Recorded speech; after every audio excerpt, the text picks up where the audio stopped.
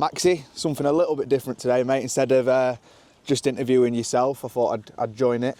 Yeah. Something a little bit different. We're in Haxey today, where you live. Just a quick one on Haxey. Obviously, we've had a time now to look at it. It's a nice, quiet village. Is that why you've kind of come out here now with the family and into Haxey? Yeah, mainly was that house. When we moved here, we saw that house and we're like, that house is perfect. Realised school's just over here. It's a 4-minute walk to take young to school. There's another nursery right back for littlest one. So we've got a co-op, everything we need, and it's out in countryside, but it's not too far away from, either from Scunny, Gainsborough or Donny, and the motorway for me to get to gym and travel about like. So it's bang on. We love it here. We actually come down this one a lot. We'll walk for younguns. So we've got, if you want a word with Terry Horse, this is our neighbour Ovett Road. This is Terry, and we often come down here and he likes apples, does Terry the horse. So we spoke to owners, Brian, who owns him, and he says, yeah, go down and give him a few apples. Like, he likes apples. So this is something this is where we come quite often. Like, obviously not too far away from little old Rosso where you used to live as well. Yeah, 15 minutes that way is Rosso where I grew up, so I get to go back there. I was there last night, went to my mum's for tea, so that's nice. And what lads, my mates, and that it's not too far away at all. Brilliant end to the year for you last year. Recorded a great knockout on that GBM show, and then finishing the year on a brilliant high. Yeah. Pretty much dominating every round against Gary Cully. Was it good to finish the year off like you did? Yeah, absolutely, yeah. I think even though I won and I stopped Staphyos in September, the performance overall wasn't my best. And that's what maybe led to the Cully fight, that, we think Maxi's on slide here. Got that, but that fight with Cully, but I don't think Terry's happy. Yeah, that fight, I had the fire in my belly, and I were proper fired up for that. They thought they were always better than me, that I wasn't on Gary's level, so I was like, nah, I'm going to show you that you're nowhere near my level, and I think we did that with that performance. And yeah, happy to get job done there and be in a strong position now. WBA Continental Lightweight Champion. I'm in a good position now to push on for bigger fights. That one with Gary Cully, did it feel a little bit sweeter than usual fights, due to obviously him having not necessarily Matchroom's golden boy, but one of the up and coming fighters, and obviously the situation with Reese, where probably Reese should have nicked it. Yeah. Did it feel a little bit sweeter, that one? Oh yeah, to get then that revenge for Reese, to have that belt back in our camp, but almost like for me to be like, told you so, told you whenever. No, because my argument all along when they kept trying to make that fight with me is like, we're that level, or Gary's better than me. And my argument were, well, you're not, and that was my chance to show it. And it's like, told you so, told you weren't on my level. And that wasn't the 100% version of me either. Cold, documented that virus that I'd had leading up to that. Not a great camp, not a lot of sparring at all. So yeah, to go in there not 100%, not give my full 100%, but still get the job done in that fashion, it were quite sweet. So Maxi recently called out the Cuban, Andy Cruz. Yeah, Olympic gold medalist.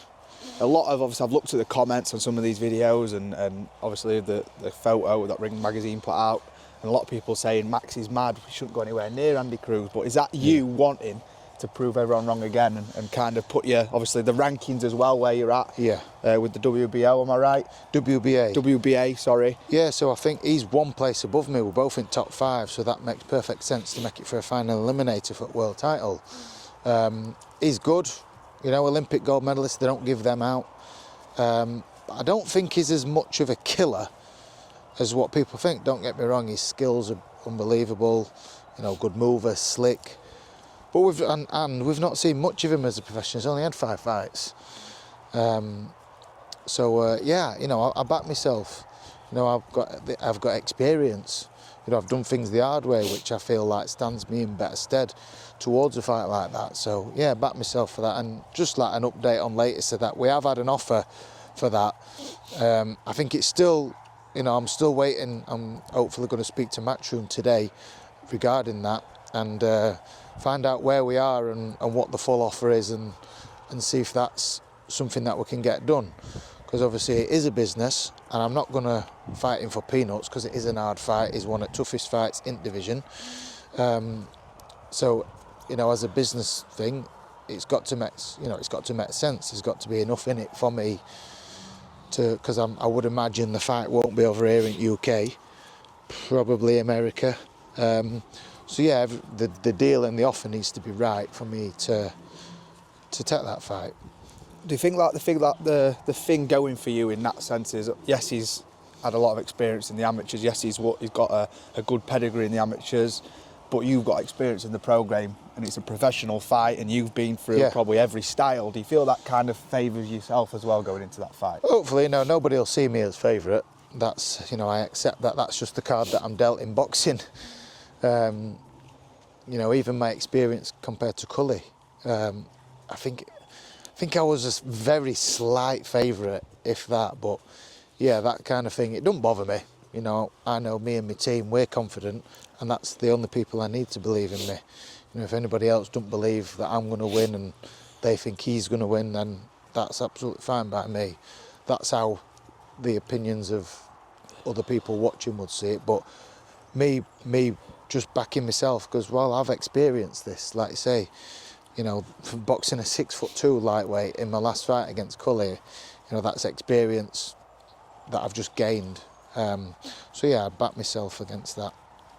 Would you say that you're enjoying this kind of part of your career? Obviously, I know years ago when you fought the likes of Martin J. Ward and Galahad. Yeah. And now you're going into this part of your career where you go into America, you fight in America, you could be fighting again in America, Las Vegas, Oklahoma. Yeah. Would you say that you're enjoying this part of your boxing career where you are going stateside? There could be potentially Saudi with what's happening at the minute. Yeah, I actually like travelling, you know, like my last fight in Monaco. I'd never, if it wasn't for boxing, I'd never go to Monaco. But, you know, I've got to be, you know, I got paid to go there and get to enjoy that as my job. So that was quite good. And I enjoy the away days. So it's exciting to see where, you know, the boxing game will take me. But yeah, I'm enjoying it. You know, I'm a full-time professional, so I'm literally living my dream. You know, being able to do this on days like this. So yeah, I'm enjoying it and looking forward to seeing where, you know, it takes me. Enjoying being at home as well, doing the school run? Yeah, I don't mind being that. Yeah, don't mind doing the school run. Get to spend more time with kids and, you know, just being in the house a bit more. You know, that's everybody's goal, to work hard to keep the roof over your head.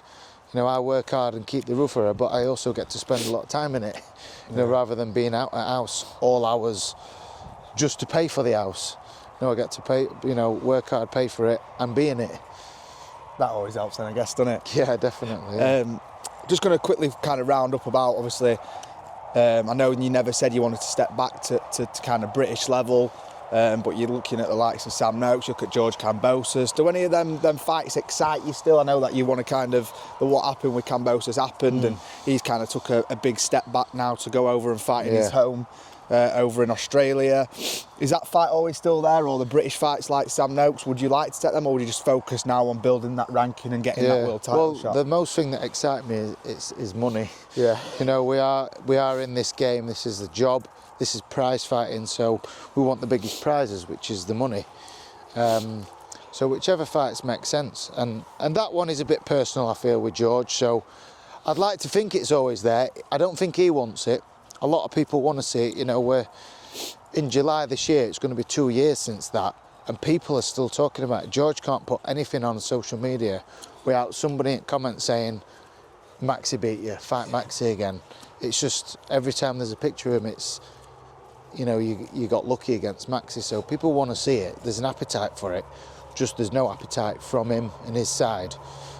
Maybe when time's right, he feels. I feel like if I go and win a major belt, he'll probably call me out. But if that were the case, I'd tell him to do one. Yeah. I said, nah, you had your chance. I've been calling you out for years. You only won it because there's a belt on line. And now, guess what? I don't want to fight you. I don't want to give you an opportunity. So, yeah, we'll see. Money talks, doesn't it? Money talks. Last one, Max. What can we have left of you? How long do you think we have left of seeing Maxi Hughes in the ring? How have you kind of put a bit of a time frame on it? Or I am. just I know letting my it wife go? and my mum want me to. They want me to call it. They want this to be my last year. But I've said, while ever I feel good, I'm going to keep doing it. And while ever I'm performing well, you know, didn't have the greatest performance against Staphyos, but then absolutely put that all to bed when I fought Cully. You know, I think we might be close to hitting Decky. It's getting a bit slippy, isn't it? But yeah, so I'm enjoying it. Let's stop here, Cian, before we go any further, before I end up knee deep in mud. But I'm enjoying it. I'm not putting a time limit on when I call it a day. I think listening to a lot of fighters who have retired, they all say you'll just know when it's time to call it a day, and I trust that advice, and I know it's not now. It's certainly not now, and who knows, maybe another fight, them feelings might come in. I'll go, you know what, yeah, I am gonna call it a day. So up until now, there's definitely another fight in me. We can guarantee that, and then ask me the same question after that fight, how long's left. Brilliant. Maxi, appreciate your time as always, mate. Episode 4 of Unfiltered. Who better to have than Maxi Hughes, former world champion, big fights ahead of himself. Cheers, Max. Appreciate it, mate. Pal.